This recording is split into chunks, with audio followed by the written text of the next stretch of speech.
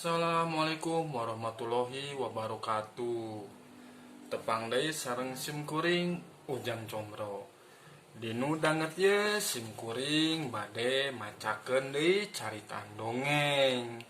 Aduh, hapunten nya ka pamiarsa simkuring teh dipayun teh sempet upload da aya kasibukan pada malam dinu sanes.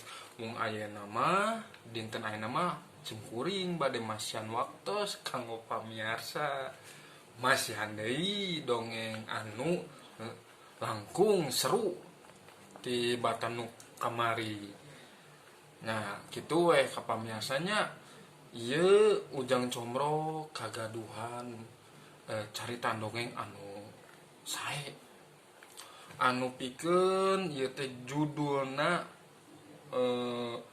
dongeng bahasa Sunda carita ngeunaan budug basu jeung jakatua. Mangga dipihatur ka baraya Ujang Combro wilujeng didangukeun.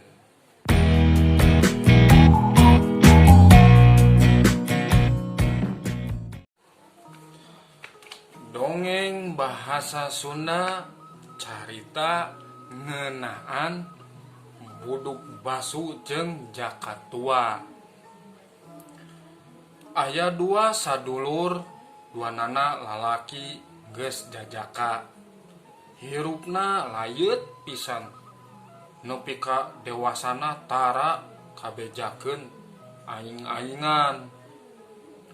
Sok komo nepi ka pasea atawa mumusuhan mah. Bubuhan deket ti leuletik, raket ti bubudak. Hiji mangsa eta dua sadulur teh tepung jeung hiji mojang.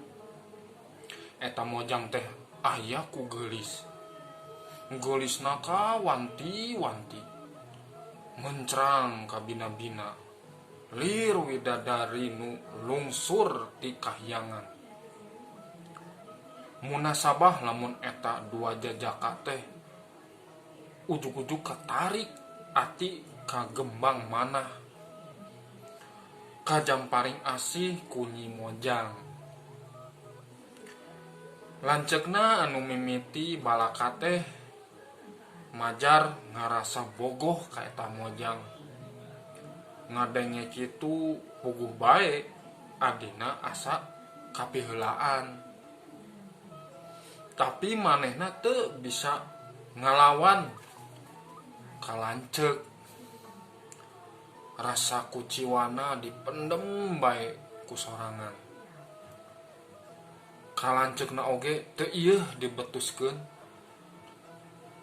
Ari lanceukna kanyi mojang teh kawasna mah nyaan bogohna.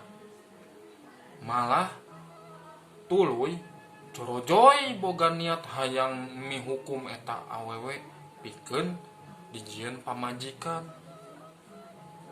Ngan meureun kudu dilamar heula. Tah lebah urusan ngalamar mah sakumaha adat di lemburna. Kapan kolot bagianana. Ngan ki lanceuk teh gede ka era.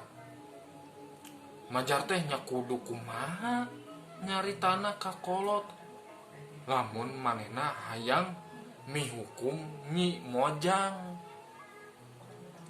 Nu matak manehna tuluy minang saraya ka adina. Sugan ki adi daek nulungan akang, cing pang nyaritakeun ka bapa mun akang hayang ngelamar nyi mojang. Itu pokna adina teu lemek teu nyarek. Tapi ari rek mumpang ka lanceukna mah manehna ge teu wani. Bari kapaksa manehna tuluy nepungan bapana pikeun nepikeun amanat ti lanceukna teh. Sanajan dina hatena mah tetep manehna teu ikhlas. Da papada boga rasa bogoh ka awewe nu sarua. tah lebah nepikeun kahayang lanceukna teh ka bapana, manehna kalawan teu sadar geus ngagogoreng lanceukna. Kajurung ku nafsu, kapegung sigana mah. Majar teh si kakang mah lain lalaki, borangan taya kawani, daek bobogohanana wungkul. Lebah menta kawin mah tetep bae manehna nu kudu nyarita ka kolot. Embung ku sorangan ngadenge kitu, bapana reuy geuneuk bakatku ambek pedah tara-tara disasari anakna boga sifat goreng kawas kitu. Teu ikhlas lebah kudu silih tulungan. Pok bapana nyarita, diiraha maneh boga hate goreng kalanceuk. Lain mah anteur kahayang lanceuk maneh teh. Ieu mah kalah digogoreng tepuguh. Kalakuan goreng patut deuleu nu kitu teh. Ambek bapana teh katutuluyan, malah bakatku ambek sigana mah. Lantaran nempo anak ujug-ujug robah adat, nepi ka pok pisan nyupata. Buduk sia boga hate goreng siga kitu mah. Meureun kudu geus kitu jadina. Sabada bapana nyarita kitu, dadak sakala eta jajaka teh barudug saawak-awak. Ki jajaka kacida sediheunana, asa diteungteuinganan kudu jadi kolot, jaba era deui boga awak budug. Ceuk pikirna, batan aing kudu nandangan wiwirang anu sakieu poharana, mending paeh sakalian leos manehna ka basisir sarta tuluy ngunclungkeun maneh ka tengah laut. Kersaning Hyang Widi barang gejebur teh, eta jajaka robah jadi lauk. Ku urang lembur eta lauk teh dingaranan buduk basu. Kamamana buduk basu mamawa hatena anu gudawang, sarta ambek kalanceuk jeung ka bapa. Beja majar adina meunang supata ti kolot teh antukna nepi ka lanceukna.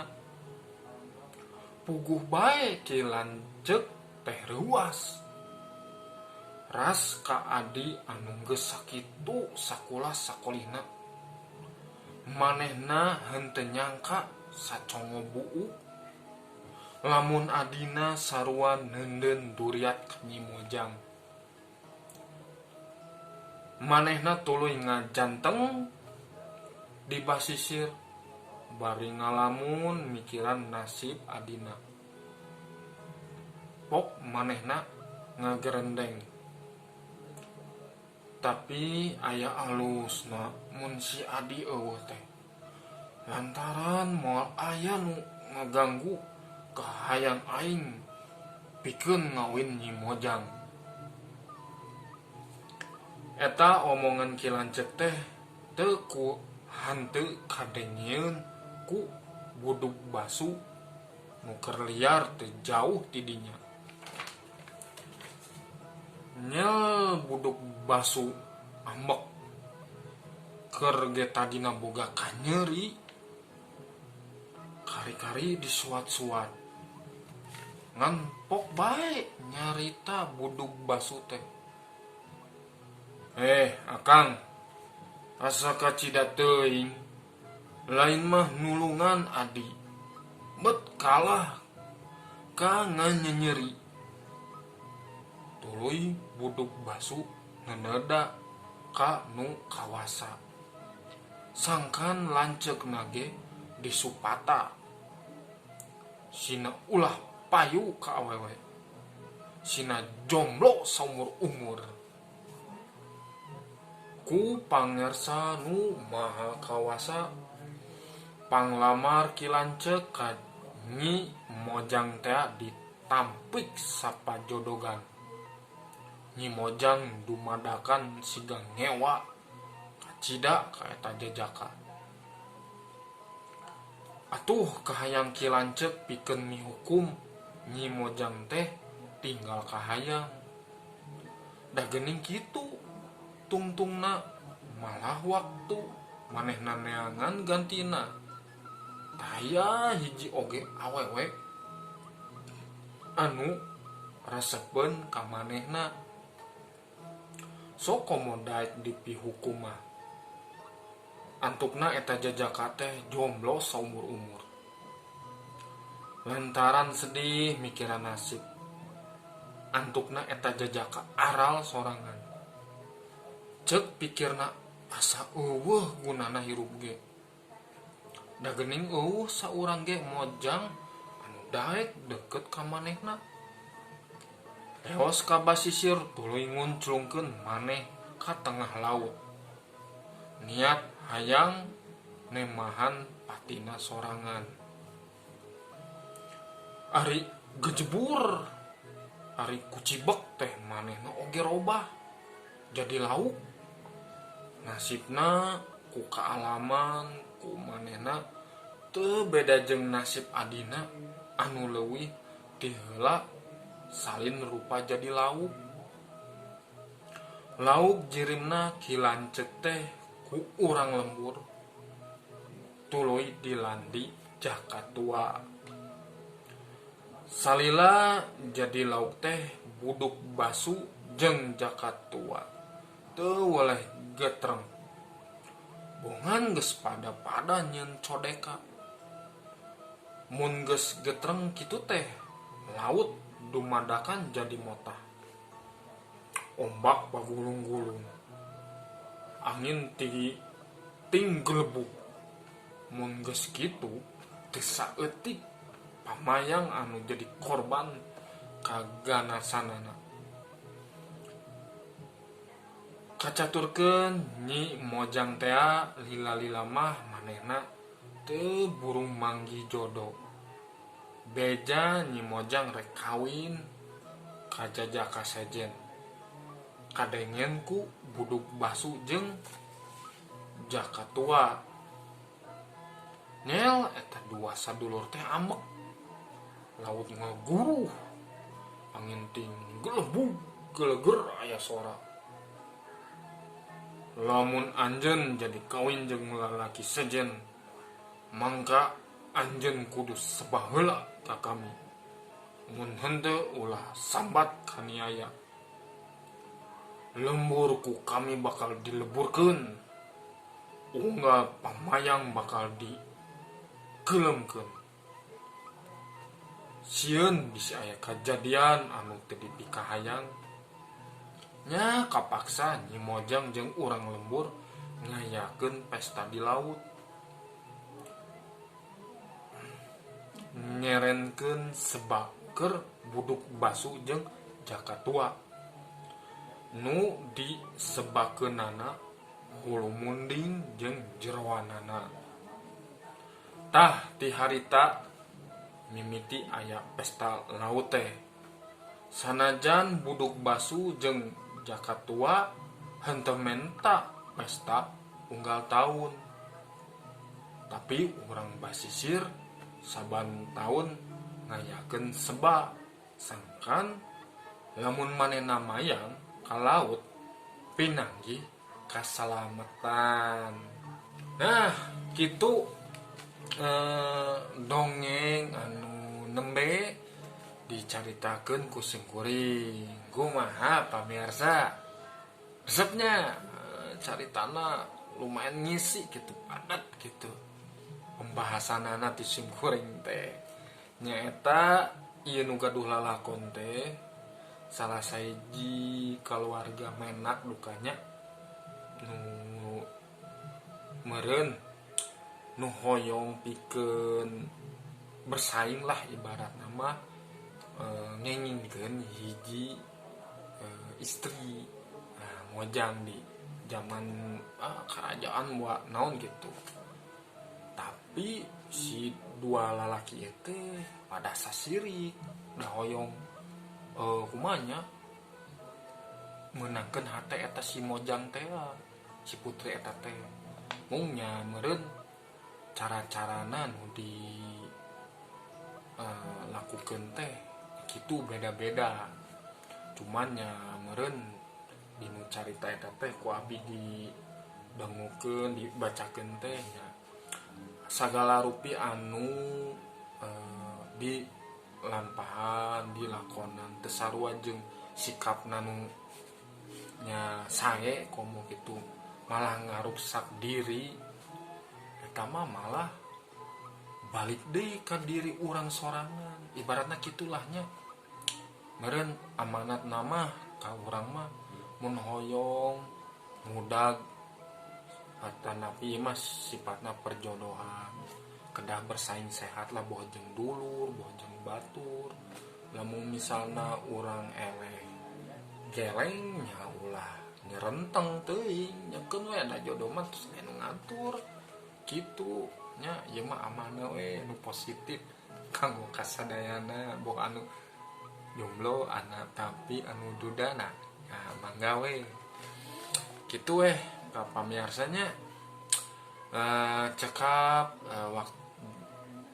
waktu saena ngadongeng ke abdi bade deui masian dongeng nu langkung seru tieu panjang pokona mah pembahasanna tapi nya lumayan lah seru. Jeung ka pamiarsa abdi bade amit mungkur amit mundur hatur nuhun. Assalamualaikum warahmatullahi wabarakatuh.